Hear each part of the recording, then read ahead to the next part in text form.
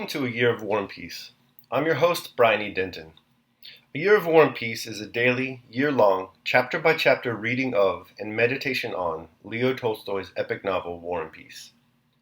In these videos and podcasts, you'll be treated to a free reading of one chapter per day of the novel, plus a reflective essay I've written individually tailored to that day's chapter. These readings are offered for free, though if you'd like to support me, you can do so in one of three ways. First, you could purchase my ebook, A Year of War and Peace. It features the entire novel, plus all of my reflective essays, and it's only $2.99 on Amazon.com. You could also become a patron at patreon.com/BrianEDenton. If you sign up there, you'll receive a sonnet once a month, plus a link to an ebook of my collected sonnets. Finally, if you like, you can make a one-time donation to my PayPal account. The email there is brianedenton@gmail.com. You can also use that email to contact me. I'd be happy to hear from you. Your support is greatly appreciated. Today's reading and reflection is on Chapter 200. Chapter 200. Well, is she pretty? Ah, my friend, my pink one is delicious. Her name is Dunyasha. But on glancing at Rostov's face, Ilyin stopped short. He saw that his hero and commander was following quite a different train of thought. Rostov glanced angrily at Ilyin, and without replying, strode off with rapid steps to the village. I'll show them. I'll give it to them, the brigands, said he to himself. Alpatych, at a gliding trot, only just managing not to run, kept up with him with some difficulty. What decision have you been pleased to come to? Said he. Rostov stopped, and clenching his fist, suddenly and sternly turned to Alpatych. Decision? What decision, you old dotard? Cried he.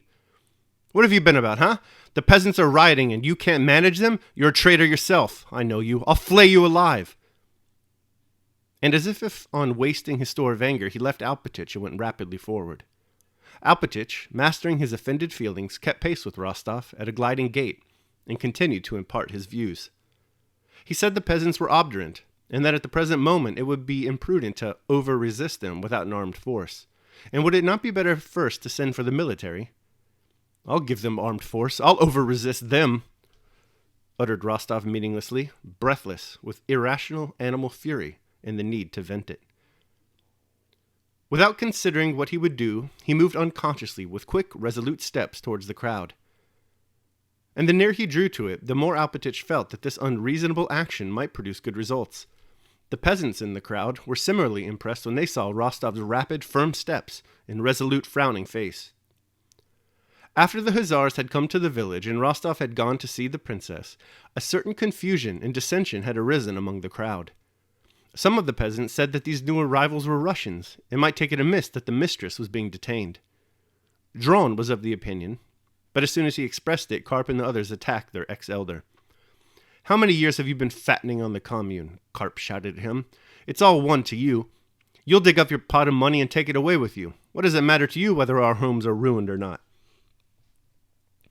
We've been told to keep in order, and that no one is to leave their homes, or take away a single grain, and that's about all of it, cried another.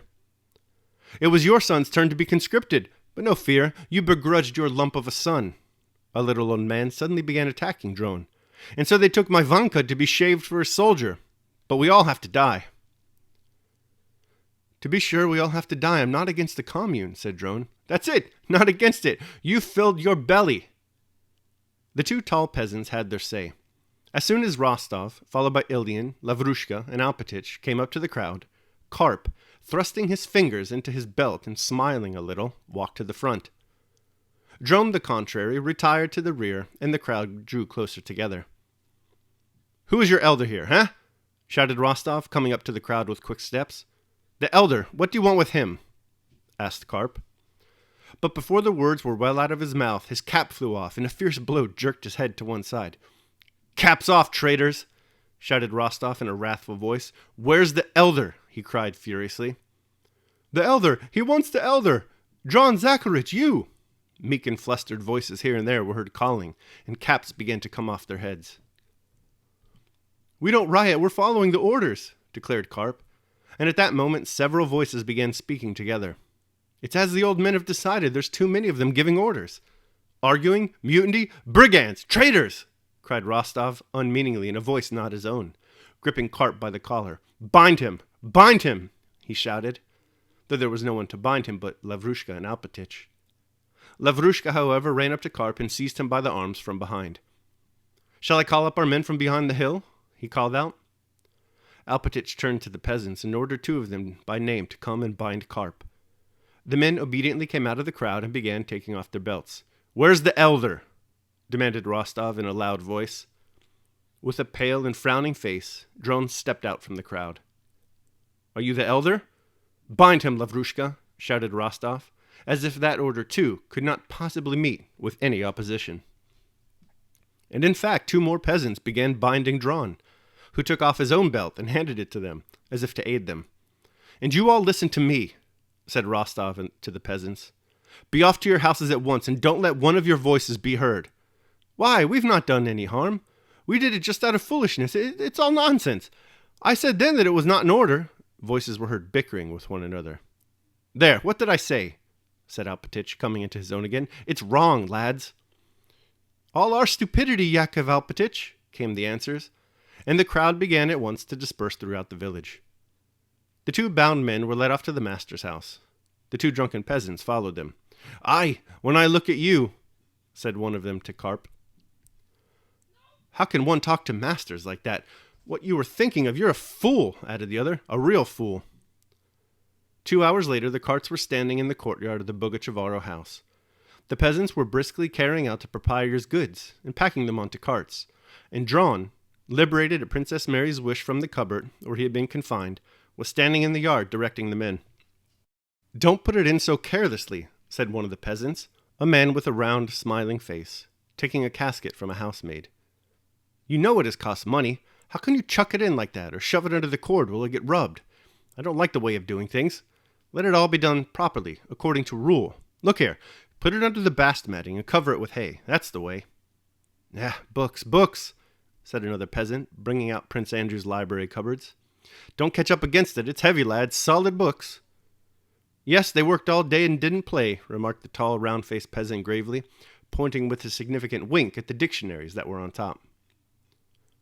Unwilling to obtrude himself on the princess, Rostov did not go back to the house, but remained in the village awaiting her departure.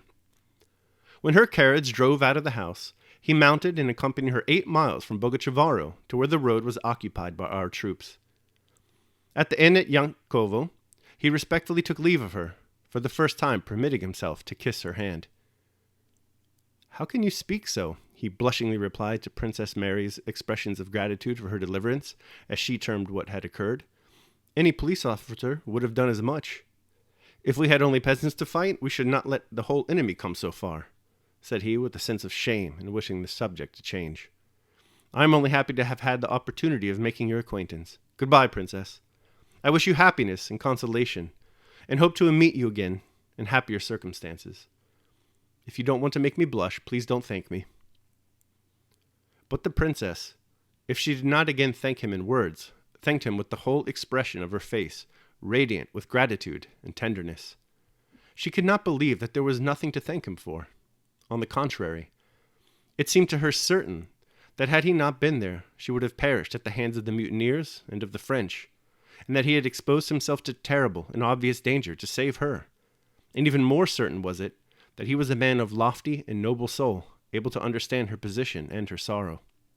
His kind, honest eyes, with the tears rising in them when she herself had begun to cry as she spoke of her loss, did not leave her memory. When she had taken leave of him and remained alone, she suddenly felt her eyes filling with tears. And then, not for the first time, the strange question presented itself to her. Did she love him? On the rest of the way to Moscow, though the princess's position was not a cheerful one, Dunyasha, who went with her in the carriage, more than once noticed that her mistress leaned out of the window and smiled at something with an expression of mingled joy and sorrow. "Well, suppose I do love him," thought Princess Mary. Ashamed as she was of acknowledging to herself that she had fallen in love with a man who would perhaps never love her, she comforted herself with the thought that no one would ever know it, and she would not be to blame if, without ever speaking of it to anyone, she continued to the end of her life to love that man with whom she had fallen in love for the first and last time in her life. Sometimes, when she recalled his looks, his sympathy, and his words, happiness did not appear impossible to her. It was at those moments that Dunyasha noticed her smiling as she looked out of the carriage window. Was it not fate that brought him to Bogachavaro, and at that very moment, thought Princess Mary, and that caused his sister to refuse my brother? And in all this, Princess Mary saw the hand of Providence. The impression the princess made on Rostov was a very agreeable one. To remember her gave him pleasure, and when his comrades, hearing of his adventure at Bogachavaro, rallied him on, having gone to look for hay, and having picked up one of the wealthiest heiresses in Russia, he grew angry. It made him angry just because the idea of marrying the gentle Princess Mary, who was attracted to him, and had an enormous fortune, had against his will more than once entered his head.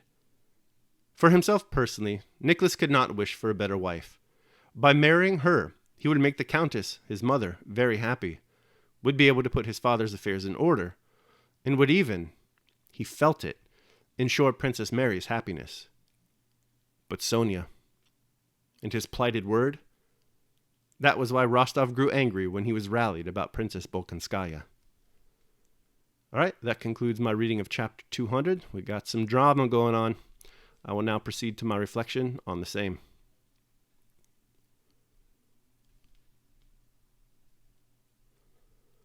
A Year of War and Peace, Day 200.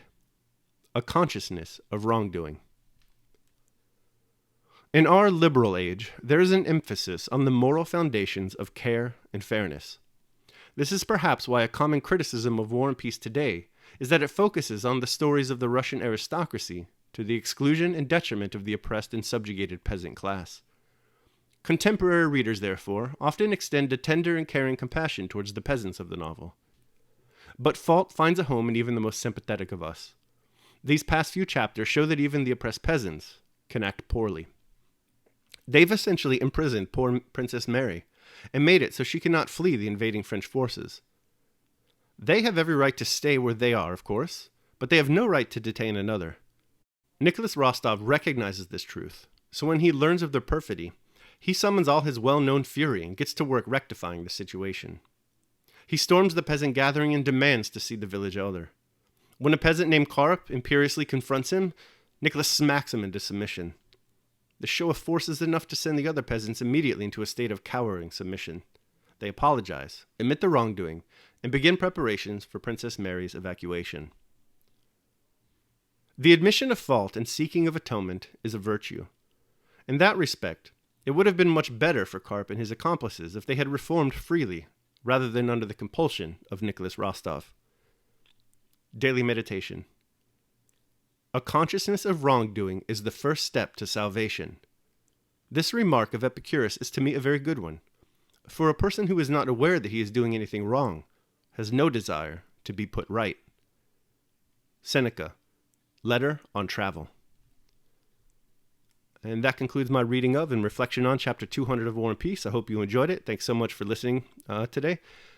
Keep in mind that if you'd like to support me, you can do so either by purchasing the ebook, A Year of War and Peace, becoming a patron at patreon.com, or making a one-time donation to PayPal. The links to all that are down below in the show notes. Tomorrow, we will be reading and reflecting on Chapter 201 of War and Peace. I hope you'll join me. Until then, take care of yourselves and others.